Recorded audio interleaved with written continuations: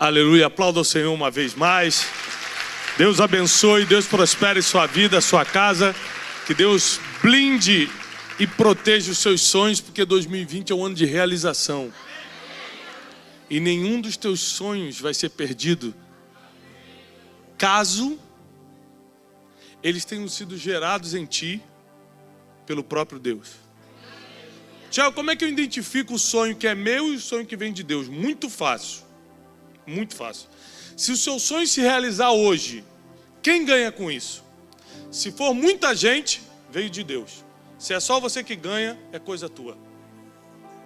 Porque todo sonho divino na vida de um ser humano vai abençoar muita gente. Vai abençoar Atlanta inteiro, os Estados Unidos inteiro, uma geração inteira. O sonho de Deus para José alimentou uma geração. O sonho de Deus para Abraão abençoou todas as famílias da terra. Então, se o sonho que está em você vem de Deus, prepara, porque 2020 é porção dobrada, né? Muita coisa que você estava esperando receber vai receber 2 esse ano. Às vezes você está esperando uma bênção, prepara para Deus enviar mais do que você está esperando. Seu coração tem que estar aberto para isso. E Deus colocou no meu coração uma palavra que vai liberar esse ano de boas notícias, esse ano de coisas extraordinárias, de milagres que o homem não pode fazer por você. Por isso, fecha teus olhos mais uma vez, eu preciso orar mais uma vez. Espírito Santo, nós estamos aqui, conectados contigo e crendo que só tu podes fazer o que nós precisamos receber nesse ano. No fim dessa campanha, no fim desses 12 dias, que seja liberado algo que o céu está separando para nós. Nós não viemos à toa aqui, nós viemos buscar a ti. Não viemos também ouvir um homem, viemos ouvir a tua voz. Então fala conosco, Espírito Santo, fala conosco nessa noite. Em nome de Jesus. Amém. Toma o teu assento. Eu não sei se você já reparou, mas existem muitas coisas naturais que te ajudam nessa terra. Por exemplo, se você está com as emoções fora do lugar e pode pagar um psicólogo, ele vai te ajudar muito. Quem aqui já foi um psicólogo alguma vez? Muita gente. Se você está com algum problema financeiro e consegue ou ficar amigo, ou até se aconselhar com um consultor da área, um consultor de investimento, um empreendedor de resultados, ele vai te ajudar demais. Ele pode, claro, te dar vários caminhos para você prosperar financeiramente. Se você precisa emagrecer, quem aqui precisa, amém? 3 pessoas. Eu acho graça dessas coisas. Você vestiu a roupa 3 vezes para vir para o culto, viu que não deu. Aí o pastor pergunta, quem precisa emagrecer? Eu falei, eu não preciso, graças a Deus. Mas se você precisa emagrecer, não adianta orar. Você vai ter que consultar um nutricionista, procurar um personal trainer. Porque existem muitas ferramentas naturais disponíveis. Você quer bater suas metas, quer se superar, quer ser um empreendedor melhor, você pode procurar um coach. Agora tem coisas que nada disso resolve. Vou te dar um exemplo. Quem aqui já se sentiu culpado por um pecado que cometeu? Muito culpado. Falei, meu Deus, o que eu fiz? Só eu? Gente, que susto. Eu estou quase orando para Deus já levar a igreja que ela está pronta. Pode arrebatar, Senhor. Se você, por exemplo, cometeu um erro que está te consumindo por dentro, está roubando o teu sono, está te deixando sem paz, levou a sua paz embora, não adianta ir no coach, não adianta ir no psicólogo, não adianta consultar o melhor médico. Só Jesus perdoa pecados.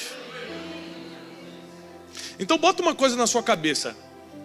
Deus pode fazer tudo porque Ele é soberano, mas as coisas naturais cabem a alguns profissionais que Ele capacitou para fazer o trabalho. Agora, existem coisas as mais determinantes da nossa vida que só Ele pode fazer. Quer ver outro caso? Essa mensagem que eu vou pregar hoje nasceu ontem à noite, de madrugada. Na verdade, na madrugada de ontem para hoje. Porque um pouco antes de dormir, eu tenho 4 filhos. Eu estava com a Jasmine no colo. José e Júlia estavam brincando no tapete e Joaquim, que é meu filho de 2 anos, estava pulando de um sofá para o outro. Então, enquanto ele estava pulando de um sofá para o outro, ele calculou mal o pulo e foi com a cara direto no chão. Bum! Ele falou, pai, e antes de terminar o i do pai, desmaiou. Eu não sei se você tem filho, mas quando eu peguei meu filho, o olho dele virou e os braços fizeram assim. Ah, irmão. Não adianta você ter o telefone do melhor psicólogo no teu telefone. Não adianta você ter contato com a melhor nutricionista da cidade. Não adianta todos os livros que você leu. Não adianta toda a faculdade. Você tem 3 doutorados, não importa. Porque no momento da profunda necessidade, no momento do desespero, no momento que as esperanças parece que estão indo embora, você só pode recorrer a uma pessoa. Eu comecei a gritar, Jesus! Jesus! Eu botei no carro e comecei a dirigir para o hospital. Imagina quando você está nessa situação, eu esqueci de levar carteira com os documentos, celular, não levei nada. Peguei ele, botei no carro e comecei a dirigir para o hospital. Ele começou a voltar e com a cara completamente roxa, batida. Eu não estava entendendo o que estava acontecendo, eu só orava e comecei a prometer um monte de coisa para Deus. Tanto que quando ele saiu do raio-x, o médico falou que estava tudo bem, eu falei, Deus, aquilo era brincadeira, eu estava nervoso. Eu estava muito nervoso, Senhor, é claro que o senhor sabe, né? Presta atenção. Quando você está no desespero, você promete um monte de coisa. Você começa a falar, Deus, eu dou minha palavra, que eu vou fazer isso. Tudo que você podia fazer sem estar no desespero. Coisas que você já pode fazer sem estar com um filho quase morrendo, ou com algum problema sério, ou para ser deportado, ou com dinheiro faltando para pagar a conta de amanhã. Mas é impressionante como no aperto, é impressionante como no desespero, a gente corre para a fé. Então saiba que existem coisas, as mais importantes da sua vida, que só Jesus pode resolver. Do perdão de pecados, a salvação da alma, ao milagre nos dias de escuridão e desespero, só Jesus tem a solução para isso. E é por isso que nós temos que pregar Jesus, apesar de acreditarmos em várias coisas que nos ajudam. Como já foram citados, a psicologia, o nutricionista, o consultor financeiro, a gente acredita em tudo isso porque ajuda nas áreas, só não resolve a nossa vida, nosso sentido existencial. Só não nos dá salvação eterna. Só não perdoa meu pecado. Só não me serve para nada se meu filho está desmaiado no colo. Então eu não sei qual é o nível que você precisa de Jesus esse ano. Mas não espere estar no desespero para começar a acertar os teus planos com Ele esse ano. Eu gostaria que você abrisse a sua Bíblia comigo em Lucas capítulo 7. Nós vamos estudar algo muito interessante. Porque o que acontece? Na Bíblia, Jesus fez vários milagres, vocês sabem. Nas biografias de Jesus, Mateus, Marcos, Lucas e João, muitos milagres aconteceram. E o próprio apóstolo diz que se fosse colocar na Bíblia todos os milagres de Jesus, não teria livros no mundo que caberia. Foram muitos milagres. Agora, os milagres só aconteciam por 2 motivos. Repete comigo, 2. Não, mais alto, 2. Só tem 2 motivos que fazia Jesus fazer um milagre. Que conduzia Jesus a um milagre. Só 2. Um você sabe. O que faz o milagre acontecer? A nossa fé. Sem fé é impossível agradar a Deus. A Bíblia diz, vendo-lhes a fé, curou. Vai, a tua fé te... Então é lógico, a fé é lógico. Mas tem também a segunda coisa. Porque a fé tem a ver com você. A segunda coisa tem a ver com Jesus. E no capítulo 7 de Lucas, nós vamos ler uma história impressionante. Nós vamos ver uma sequência impressionante. A primeira história de Lucas 7 é uma famosa história do centurião. O que era um centurião? Um comandante romano, um chefe de esquadrão romano, acima de 100 homens. Esse homem tinha muitos direitos em Roma. Você lembra que Israel, nessa época, era uma província romana, não tinha independência política. Eles dependiam de Roma. Eles eram governados por Roma. E um centurião escutou falar que Jesus estava na cidade de Cafarnaum. É engraçado porque o capítulo 7 vai começar assim, quer ver? Ó? Isso aqui, só para você entender como Jesus era um especialista em pessoas mesmo. E depois de concluir todos esses discursos, um dos discursos mais pesados, cansativos de Jesus foi no capítulo 6 de Lucas. Ele acaba todos esses discursos e entra em Cafarnaum. Entrando em Cafarnaum, já começa a solicitá-lo. Eu vou ser sincero com vocês, quando acaba, por exemplo, eu vou pregar 40 minutos, 50 minutos.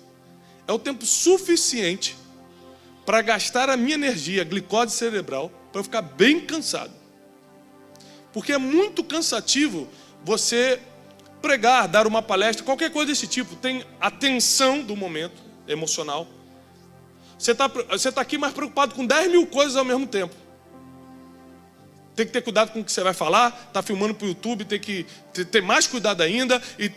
É muita preocupação. Tem que ter coerência no que você vai falar, tudo tem que estar de acordo com o tema, você tem que estar vestido adequadamente, você não sabe por que aquele irmão ali está te olhando torto, porque aquela irmã ali está dormindo. Já até para um diácono acordar ela ali, por favor. Então, escuta, é uma tensão. Fora isso, você está trabalhando a mente aqui, ó, sem parar, passando informação. É muito cansativo. Jesus ficou o dia todo fazendo isso. Entrou na cidade que ele morava e já solicitaram, vem aqui fazer mais um milagre. E Jesus ia. Eu falo, estou cansado. Gente, preguei o dia todo. Eu sou um ser humano. E Jesus não era também? Era. Mas ele ia. Porque mais importante do que o cansaço dele era a necessidade das pessoas. Se a dor das pessoas não te incomoda, você está mais ferido e mais doente do que elas. Tem alguma coisa errada com você. E Jesus, incomodado com a dor das pessoas, vai atender para ver o que era. Olha o que acontece. Um certo centurião, mandou um grupo de judeus pedir um favor para Jesus. Eu acho um absurdo. Você está aqui pertinho de mim, vai mandar recadinho para mim? Tiago, você pode, por favor, a pessoa está ali fora, você assina esse livro? Está doente, não pode vir? Está na cadeira de roda? Não, é que ela está com vergonha. Mas foi mais ou menos isso. O centurião mandou um monte de gente para falar com Jesus o seguinte: o meu servo, a quem eu amo, está enfermo, moribundo, ou seja, vai morrer. Aí os judeus falaram assim: Jesus, é digno que você o cure, porque ele doou dinheiro para a nossa sinagoga e ele ama Israel. Imagina eu, Jesus, sabendo de tudo, sabendo o que faz uma pessoa digna e o que não faz uma pessoa digna, escutar a pessoa falando que ele é digno porque deu dinheiro para a sinagoga. Jesus não bateu boca de teologia. Deixa eu te explicar teologicamente o que faz digno diante de mim. Jesus não fez isso, porque por misericórdia às pessoas, por se colocar no lugar da dor das pessoas, ele não discutiu o que as pessoas desentendiam. Ele não perdia tempo tentando provar o que as pessoas não iam entender. Sabe o que ele fala para a pessoa? Tá bom, vou lá. É muita humildade. Está cansado. A pessoa que está precisando não vem pedir, manda recado.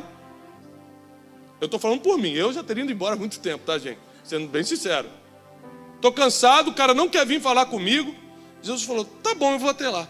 No meio do caminho, o centurião manda outro grupo. Presta atenção, esse centurião nunca falou com Jesus. É que a gente lê rápido, a gente acha que o centurião falou com Jesus. Ele nunca falou com Jesus. Nas 2 vezes ele mandou recado. Quando Jesus já estava indo a caminho da casa dele, ele manda um outro grupo de pessoas falar, não! Jesus, sim ou não? Não! ele diz o seguinte, que ele não quer vir falar contigo, porque ele não é digno nem de falar contigo e nem que você entre na casa dele. Que tipo de homem é esse? Que erro, que pecado? O que ele poderia estar fazendo a ponto de ter tamanha vergonha diante da presença de Jesus? Quem já se sentiu envergonhado diante da presença de Jesus aqui? Você não quer nem vir para a igreja. Meu Deus do céu, dia de ceia, nem brinca de ir na igreja hoje. Fazer uma semana de pedido de perdão aqui, para poder voltar para a igreja. E aquele homem estava mais ou menos assim, ele não queria nem ver Jesus. E aí aquele segundo grupo de garotos de recado vem dizer o seguinte: Jesus, ele falou que você não precisa ir, porque ele é homem sujeito também a autoridades, ele entende de autoridade. E ele disse o seguinte, que se ele mandar alguém fazer uma coisa, a pessoa faz. Se ele mandar desfazer, a pessoa desfaz. Então contigo é a mesma coisa. Se você der só uma ordem, vai acontecer. Jesus falou assim, nossa, a Bíblia diz assim, olhando para a multidão, tinha uma multidão, sempre tem uns fofoqueiros atrás, o que vai acontecer? Será que ele vai na casa desse pecador? A Bíblia diz que ele, olhando para a multidão, falou, nem mesmo em Israel, porque ele era romano, nem mesmo em Israel eu vi tamanha fé. O cara nem encontrou Jesus face a face e provou a fé dele por um grupo de garoto de recado. Fala para ele que o servo já vai estar curado. E chegando na casa, o servo estava curado. Um homem que não era de Israel, um homem que devia estar levando uma vida de pecado, um homem que era um opressor de Israel, fez Jesus pela primeira vez curar à distância. Até aí, Jesus só curava impondo as mãos. Você nunca sabe quem Deus vai usar para mostrar o próximo nível. Não vem com essa, não, porque se não for irmãozinho ali, não vem com isso não. Deus usa quem Ele quer, do jeito que Ele quer. 2000 anos depois de estar na cidade de Atlanta falando de um homem que a gente nem sabe se no final das contas se converteu. Mas nos ensinou que Jesus é poderoso para curar à distância. Hoje, quantas orações eu já fiz aqui, pelo vídeo do WhatsApp, com gente que estava no Japão. Esse dia me ligou um pastor de Nagoya, no Japão, falou, pastor, ora por mim no vídeo. Por que eu posso orar? Qual é a base bíblica? Essa aqui, Senão eu teria, não, irmão, tem que ir, impor as mãos, ungir com óleo, como diz a Bíblia. Mas porque Jesus curou a distância, deu uma ordem, aconteceu, a gente tem a base bíblica para orar por telefone pelas pessoas.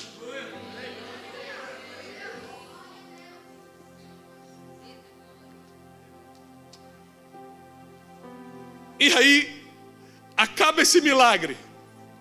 Versículo 12, agora eu vou descansar. Não. Foi Jesus para a cidade de Naim. Logo depois, ele acabou de curar o servo do centurião. No versículo 12, ele vai para a cidade de Naim. Acompanhe comigo a partir do versículo 12. E quando chegou perto da... Olha só. Vamos ler do 10 em diante para você entender só como uma história conecta na outra. E voltando para casa, os que foram enviados, os garotos de recado, acharam curado o servo que estava enfermo. E aconteceu depois disso, que Jesus foi a uma cidade chamada Naim, e com ele ia uma multidão e seus discípulos. A multidão acompanhou de Cafarnaum para Naim, alguns quilômetros de distância. E quando Jesus chegou na porta da cidade, eis que levava um defunto, filho de uma mãe, filho único de sua mãe, que era viúva. E com ela ia uma grande multidão. Repare que onde tem Jesus tem multidão. Esse negócio você fala assim, eu prego só para 5, mas porque eu sou humilde. Não, é porque ninguém quer te escutar.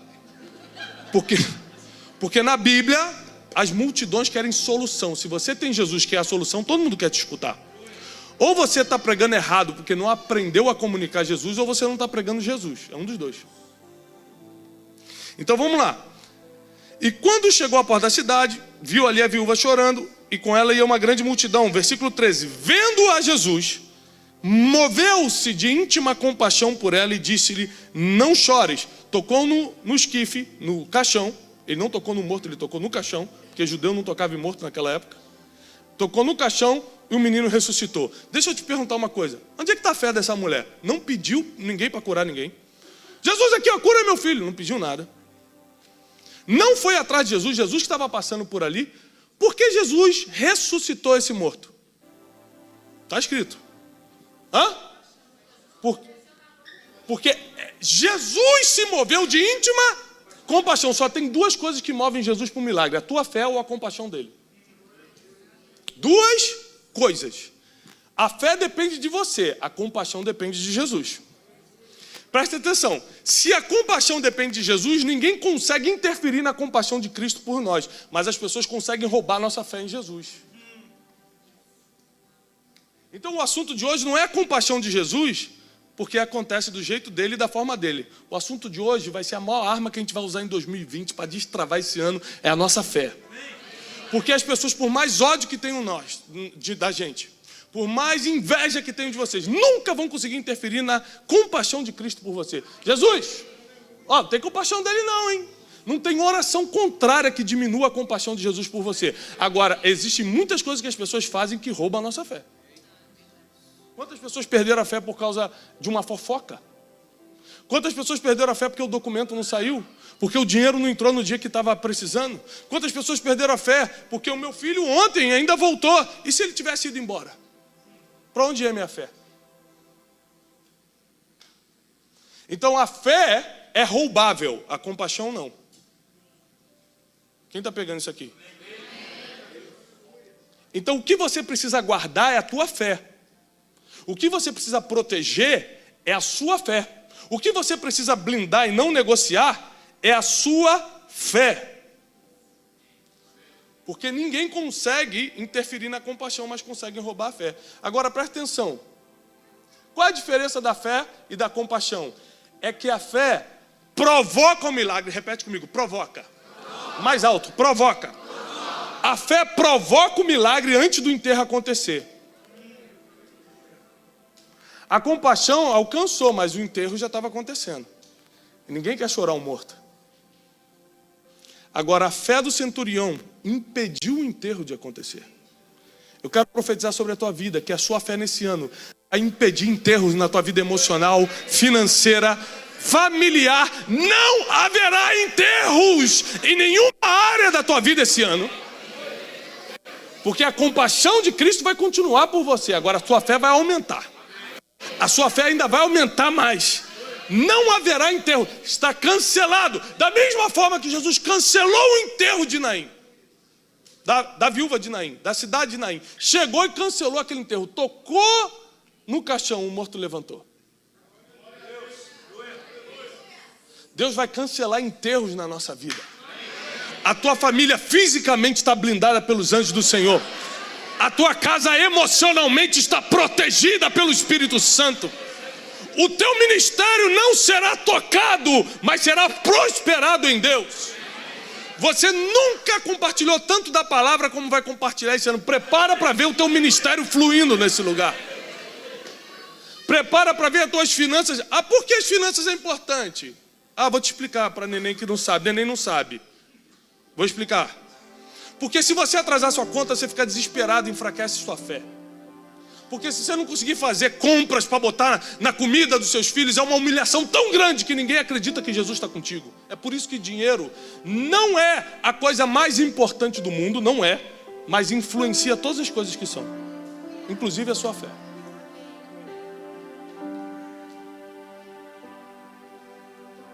Então é claro que Deus vai fazer um milagre na tua vida financeira esse ano.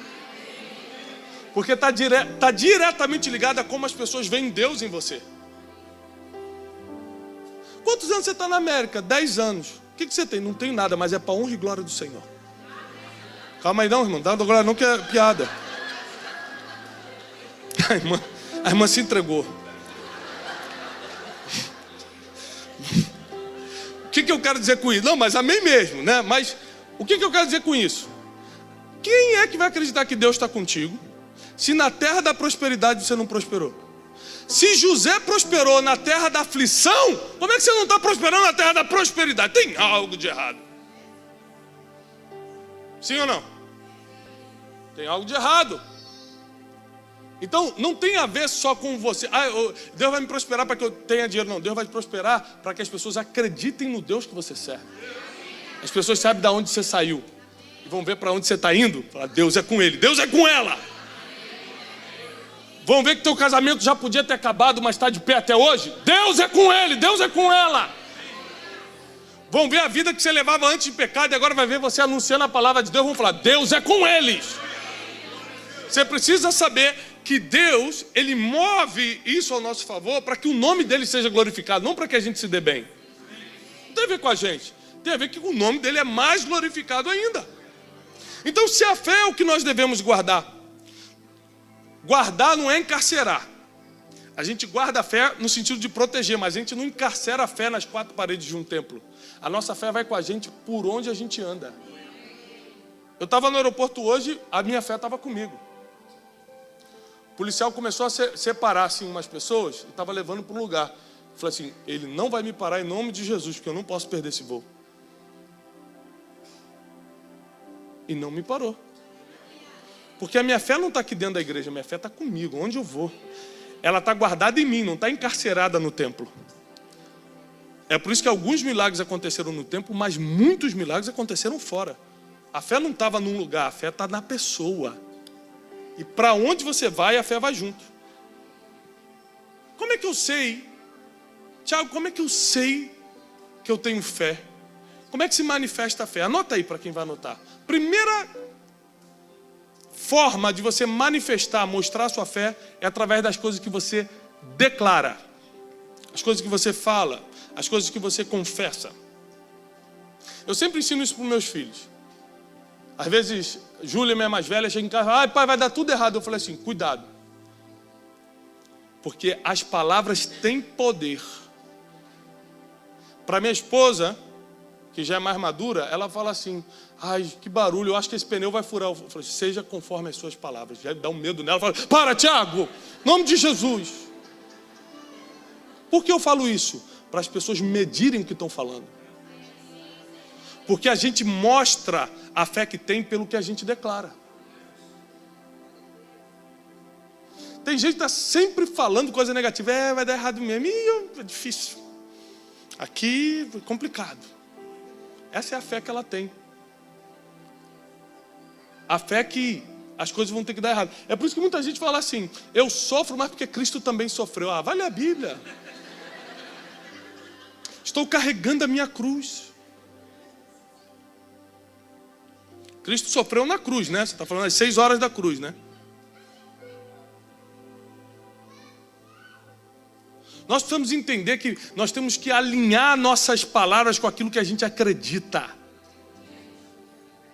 Quantas vezes já foram me levar no aeroporto? Ontem a gente teve uma reunião com o nosso escritório de São Paulo online. E eles começaram a passar as viagens desse ano. Até agora, nós estamos em janeiro, nós temos 202 viagens marcadas para esse ano. Eu falei assim, gente, o que vocês acham, já que sou eu que viajo, de não marcar mais nada esse ano? Todo mundo, porque eu acho que dá mais 5. Eu falei, não dá, não. Só tem eu. Se eu partir dessa para melhor, segura aí. Quantas vezes nessas viagens, a pessoa vai me levando urgente para o aeroporto, perdeu a hora do hotel, furou o pneu no caminho, é muita coisa que acontece. Eu nunca declaro, vou perder o voo. Eu sempre falo, vamos chegar. Pastor, eu acho que já era, está decolando. Eu falei assim, Satanás, arreda-te de mim. Nós precisamos aprender a usar a nossa fé com aquilo que a gente declara. Até porque, presta atenção, você declara aquilo que ouve, e a fé vem pelo... Se você só ouve a palavra de Deus, você declara a palavra de Deus. Agora, você fica o dia todo ouvindo fofoca, novela, não sei o que, você vai declarar o quê? A palavra de Deus? Não, você vai declarar, vai separar, vai trair, vai dar errado, vai quebrar, porque é isso que você está ouvindo. Você é alimentado pelo que ouve e acaba declarando o fruto daquilo que está escutando. A segunda forma de você manifestar a sua fé é pelo que planeja. Qual o seu planejamento? Pagar minhas contas. Esse é o tamanho da fé da pessoa. É por isso que não avança, porque Deus honra o tamanho da sua fé. E você revela a sua fé pelo que confessa e pelo que planeja. Então, por que eu não boto minhas metas de 2020 na internet? Que se eu botar, você vai me chamar de orgulhoso. Eu falo, orgulhoso. Por isso que eu não boto. Porque são muito maiores do que eu possa imaginar, conseguir. Mas eu creio que pela fé do planejamento, Deus vai me honrar. Eu vou trabalhar. Eu vou fazer a minha parte. E se for a vontade de Deus, vai acontecer. E sabe o que eu sempre falo para a minha equipe? Quando eles veem os nossos planejamentos, eu falo, Tiago, eu falo assim, se der metade errado, se só metade acontecer, a gente já está 10 vezes mais longe do que hoje. Então, pelo menos matemática você tem que entender. O planejamento é tão grande, porque se der errado, metade não acontecer, eu já estou mais longe do que estou hoje. E você manifesta a sua fé pelo que planeja. Então, cuidado com o que você bota no papel. Porque Deus leva muito a sério aquilo que você apresenta a Ele. A terceira forma que você manifesta a sua fé é pelo risco que você assume. Com certeza, pastor Antônio, pastor Saulo sabem disso. Todo mundo acha que pode, eu posso abrir uma igreja. Você sabe o risco que é? Por exemplo, eu faço a conferência destino, que é muito mais, entre aspas, fácil do que abrir uma igreja. Aí tu vai fazer conferência. Aí você tem que assinar um contrato de tantos mil, de que se não acontecer no dia que você prometeu, você vai pagar aquela multa. Aí você tem que comprar um ano com antecedência, alugar o som, o não sei o que é tantos mil, e não sabe nem se vai ter um ingresso para aquilo. E você, no final das contas, sabe o que eu chego à conclusão? Que a minha fé está diretamente ligada ao risco que eu assumo. É quando você vai ver um tempo e falar assim, olha, eu só tenho 20 pessoas e para pagar esse aluguel eu teria que ter 1000, mas vou alugar. O risco que você assume revela a fé que você tem. As palavras que você declara, os planos que você planeja e os riscos que você assume. São 3 coisas que Deus está de olho para entender a sua fé. Vamos falar do risco que o centurião assumiu mandando Jesus curar o servo dele, sendo que ele era um centurião romano e Jesus era um líder espiritual judeu, hebreu. Riscos para chegar onde se quer. Vê o que o centurião romano, sem ser de Israel, falou. Ele vai ser curado, é só você... Em nenhum momento ele falou, eu acho que se você der uma palavra, vamos tentar, ele pode ser curado. Não, ele vai, se você falar, ele vai ser curado. Ou seja, vem um centurião romano, que nunca participou, nunca foi instruído aos pés de Gamaliel, que não teve a educação bíblica que a gente teve, e ensina a gente como ter fé.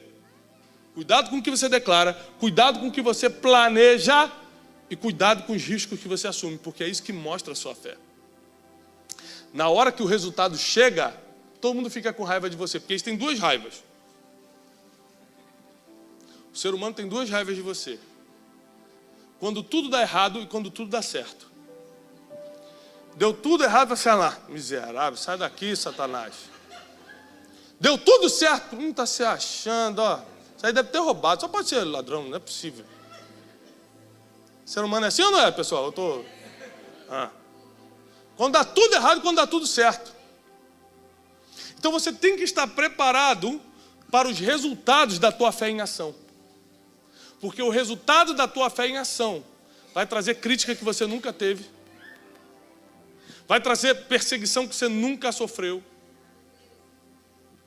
Porque foi o que aconteceu com Jesus. Imagina Jesus, o amor em pessoa. Tinha pessoas com pedra na mão para apedrejá-lo. Quantas vezes Jesus teve que fugir de apedrejamento? Na própria cidade, tentaram jogar ele do precipício de Nazaré. Ele teve que fugir entre uma multidão. Jesus, tentativas de assassinato contra o amor em pessoa. Por que não vão tentar assassinar suas emoções? Assassinar sua vida financeira, assassinar os seus sonhos? Por que não vão tentar roubar a sua fé? É claro que vão. Só que a partir de hoje nós vamos blindar a nossa fé, porque quem usa a fé chega em Jesus antes do enterro. Quem bota a fé em ação, chega em Jesus antes da tragédia acontecer. Ele é o único que perdoa pecados, Ele é o único que te leva para o céu, Ele é o único que te conecta com o Pai e Ele é o único que faz milagre acontecer. Ele é o único que resolve o problema que ninguém consegue resolver na sua vida.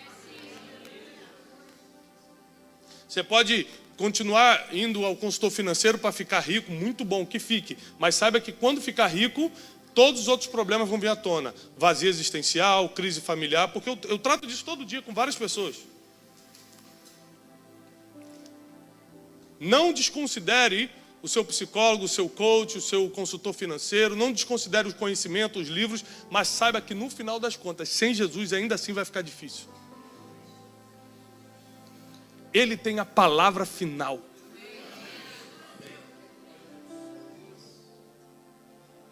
E você pode se perguntar, de tantas viúvas em Israel, por que a viúva de Naim? Aqui está uma resposta que o ser humano não sabe lidar. O imprevisível. Por onde Jesus ia estar passando? Ninguém sabe. Jesus não soltava agenda no Instagram dele na segunda-feira. Pessoal, segura aí, ó. Cafarnaum segunda, Galileia na terça, quem quiser, Nazaré na quarta, vai ser na sinagoga às 7 horas. Não tinha agenda, não soltava agenda. Ele era imprevisível. Então, você sempre tem que contar com a compaixão de Jesus, mas é imprevisível. Porque da mesma forma que ontem o meu filho foi salvo, filho de outras pessoas morreram.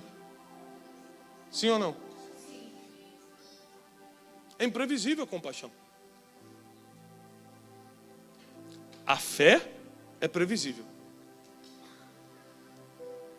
Porque tudo sobre a fé está escrito, e o que está escrito dá certo.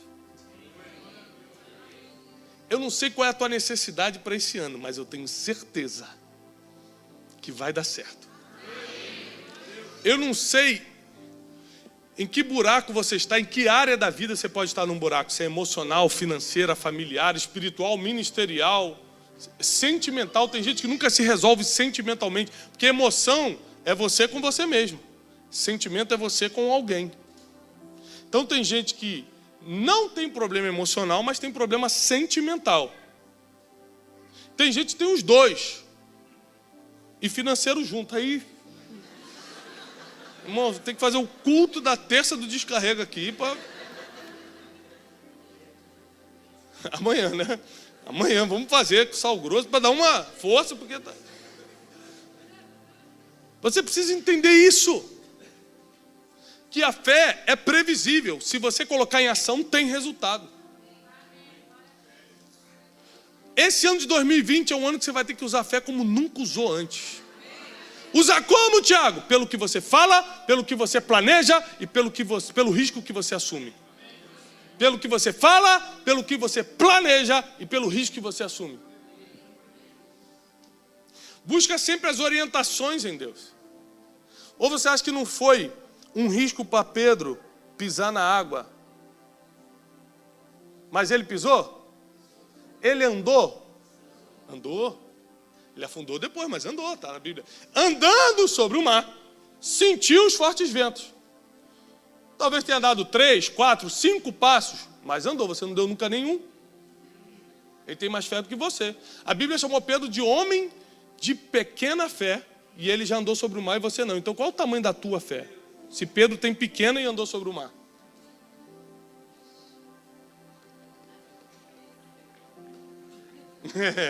Eu não sei se eu prego, se eu oro agora, se eu expulso o demônio. Então preste atenção nisso. Pedro assumiu o risco da vergonha. A vergonha de afundar na frente de todo mundo. Só para poder estar mais perto de Jesus. Eu não sei qual o risco que você tem que assumir.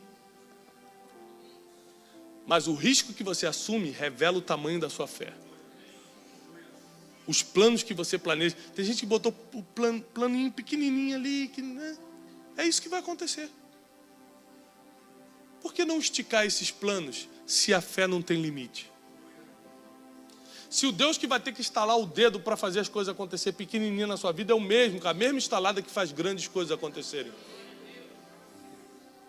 E cuidado com o que você fala a partir de hoje. Seja uma pessoa que declara palavras de fé, de crescimento, de coisas positivas. Não, vai dar certo, vai acontecer. Porque você, com o que fala, está alimentando a fé, inclusive, da tua família, das pessoas que estão à sua volta. Às vezes você não tem amigo porque você só fala coisa negativa. Ninguém quer estar perto de você mesmo. Tem um amigo meu, que agora é um colega, não é mais amigo, que eu estou falando diante de Deus, eu nunca vi esse cara, é um líder, né? Eu nunca vi esse cara dizer uma palavra positiva. Uma. É aquele cara que você liga e fala assim: rapaz, como é que tá em Orlando aí? Rapaz, que calor do cão, rapaz. Não sei como é que esse pessoal aguenta, não. Aí vai pra Boston. Como é que tá em Boston? Rapaz, que frio desgraçado, não dá não. Calor não tá bom, frio não tá bom, luz tá muita luz, não, aqui tá pouca luz. Nenhum ambiente tem palavra positiva, é só negativa. Qual o tamanho da fé dessa pessoa? 0. Eu vim aqui para te incentivar nesse último dia da campanha, encerrando profeticamente o mês de dezembro, né? Dizendo para você o seguinte: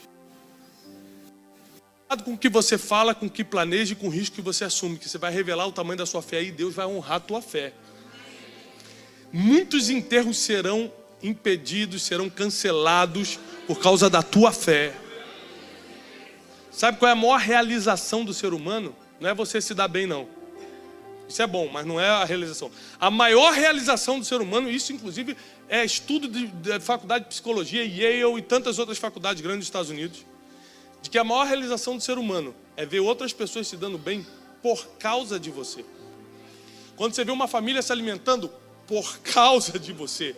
Quando você vê alguém vindo para a igreja, por causa de você. Quando você vê um casamento restaurado, por causa de você. Porque as suas palavras de fé chegaram por causa da sua fé. Pessoas estão vivendo o melhor de Deus hoje. Fica de pé, eu preciso orar por você. Por causa de você. O sentido da vida está nisso. É claro que Deus vai dar para você também, mas se por causa de você outras pessoas viverem melhor do que antes, prepara, você nunca vai sentir o vazio que as pessoas lá fora sentem. Porque as pessoas vêm para a igreja, muitas continuam vazias por dentro, porque aqui é só um lugar de reunião. O que muda é quando a gente entendeu sobre Jesus e tem tanto sentido pra gente que a gente agora quer levar Jesus para as outras pessoas. Aí quando a gente vê outras pessoas sendo alcançadas por Jesus por causa da gente, por causa da nossa fé, o sentido de vida nos retoma e nada mais esfria isso. Essa é uma noite em que Jesus vai continuar olhando para você com compaixão, mas a nossa fé vai cancelar enterros. A nossa fé vai mover montanhas, como diz a palavra. Esses dias, meu filho José, antes de ontem, meu filho José tem 7 anos, chegou para mim: pai, super-herói existe? A resposta automática que vem na minha cabeça: claro que não, né, filho? Mas antes de matar essa informação na mente dele, eu falei o seguinte: filho, senta aqui pro papai. E comecei a ler a história de Elias. Josué parando o sol, Elias mandando fogo descer do céu, Jesus andando sobre as águas. Eu falei: filho, e aí, existe? Existe, né, pai? Eu falei: existe. Super-herói existe. Para quem tem fé na pessoa certa, nada é impossível. O que é um super-herói? Quem faz aquilo que o homem não consegue fazer. Se Deus se manifestar em você, superpoderes começam a fazer parte do seu dia a dia. E eu li para ele aquele capítulo, aquele versículo que diz: se o homem tiver uma fé do tamanho como um grão de mostarda, ele vai dar ordem a um monte e ele vai sair daqui para lá. Aí ele falou assim: pai, mas isso é com o olho ou é com a mão assim? Eu falei: isso eu já não sei, filho. Eu não sei exatamente onde vai estar o superpoder. Mas nós precisamos entender que superpoderes estão disponíveis para aqueles que creem. E Deus trouxe aqui nessa noite, porque você vai sair daqui com a tua fé alimentada para coisas sobrenaturais esse ano. Ano de 2020, um ano de porção dobrada, de transformações tremendas na tua vida. Transformar o que estava morto em vida. Transformar o que estava miserável em abundância. transformar o impossível em possível. E se você entrou aqui nessa noite, preste atenção nisso. Porque eu só faço o apelo quando Deus me dirige. Deus está me dirigindo nessa noite a fazer um apelo a pessoas que já estavam com a sua fé a ponto de morrer. A fé, inclusive a fé em Deus, não é só a fé de vir à igreja, não. Fé em Deus. Você estava assim, estou passando por tanta coisa que já estava desacreditando em tudo. Mas enquanto a palavra estava sendo ministrada, algo começou a queimar em você de novo. Você começou a sentir algo diferente em você. Se você é uma dessas pessoas que entrou com a fé morta e está sentindo que está saindo vivo hoje, vem aqui na frente porque eu preciso profetizar sobre a tua vida. Somente as pessoas que durante a ministração da palavra sentiram isso estavam perdendo a fé completamente. Parecia que você já não estava mais acreditando como antes. E na ministração de hoje isso foi mudando em você. São muitas pessoas. Vou dar mais 2 segundos para você vir. Entrou-se com a fé fraca, com a fé morrendo. Inclusive a fé em Deus. Porque às vezes a gente está perdendo a fé nas pessoas, está perdendo a fé na instituição. Mas eu estou falando de pessoas que inclusive estavam perdendo a fé em Deus mesmo. Deus tem um plano, Deus tem um projeto para vocês. Por isso Ele atraiu vocês até aqui. Toca no altar, coloca a mão no altar, coloca a mão no altar. Deus tem um projeto para vocês. Deus tirou cada um de vocês da casa, do trabalho, de onde vocês estavam para vir até aqui, porque existe todo um planejamento divino para o ano de 2020 para a vida de vocês. Assim diz o Senhor, não haverá enterros, nem na vida emocional, nem no casamento. Casamentos que seriam enterrados esse ano, Deus agora vai usar a tua própria fé, vai ressuscitar a tua fé para cancelar esse enterro.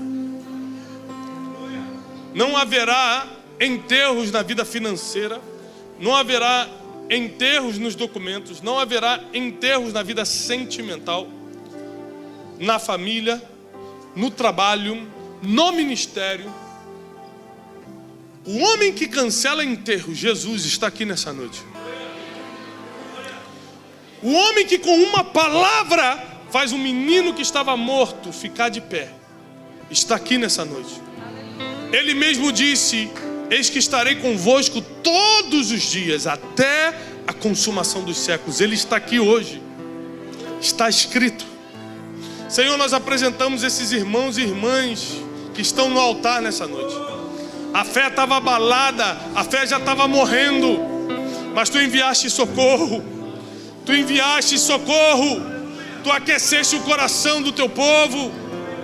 Nós repreendemos todo espírito de morte.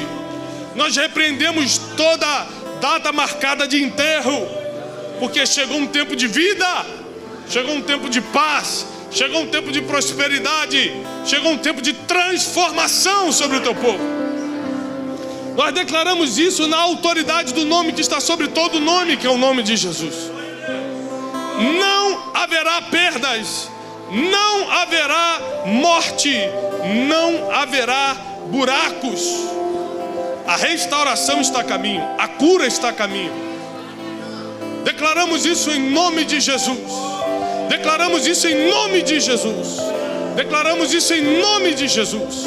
Em nome de Jesus, em nome de Jesus. A igreja aplauda o Senhor, receba a bênção de Deus. Volte para o seu lugar sabendo que Deus é com vocês. Em nome de Jesus.